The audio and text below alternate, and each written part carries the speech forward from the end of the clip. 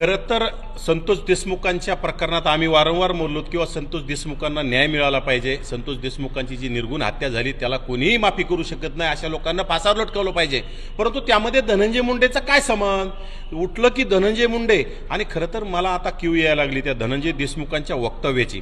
कारण की जे धनंजय देशमुख आतापर्यंत मीडियाला बोलताना असं बोलायचे आणि आता असं बोलून धनंजय मुंडेला जर मंत्रिपद दिलं तर 100 वाल्मिक कराड होतील. हा काय प्रश्न आहे?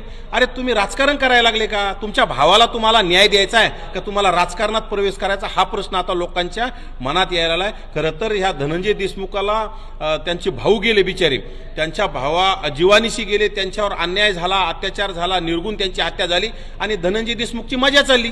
मीडियासमोर यायचं, काही बोलायचं आणि कुठतरी याच्यावर आरोप करायचे, ओबीसी नेत्यांना मलिन करायचं. खरं तर हे बजरंग सोनवणे असतील, प्रकाश सोळंके असतील, पंडित असतील, यांनी कुठतरी यांना स्क्रिप्ट देऊन बोलायला लावायला सुरुवात केली आणि धनंजय देशमुखांना आता राजकारणात येण्याचे डोहाळे लागले. तर त्यांना स्वप्न पडायला लागलेत. झोपीत सुद्धा त्यांना आता त्याच्या भावाच्या हत्येचं त्यांना काय देणं घेणं राहिलेलं नाही. त्यांना फक्त आरोप करून राजकीय महत्वाकांक्षा वाढवण्यासाठी केलेला हा प्रयत्न आहे, बाकी काही नाही.